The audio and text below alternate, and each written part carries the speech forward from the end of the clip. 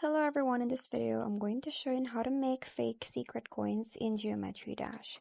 So let's start with the first step, which is launch Geometry Dash and go to the create section from the main menu. Either create a new level or open an existing one that you want to edit. So this will bring up the level editor interface with all your building tools. Next up is in the level editor, look at the right side panel where all the objects categories are listed. So click through the different tabs to find the special objects section.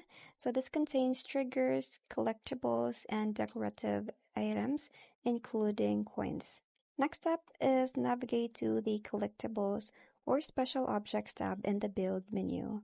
So look for golden coin icons. So these are the secret coin objects, and there are different variations, including the fake coin that looks identical to real ones but doesn't count toward level completion. Next up is select a coin object and place it in your level. So make it fake, so you can either use a non-counting coin variant or place a regular coin in a hidden or impossible location.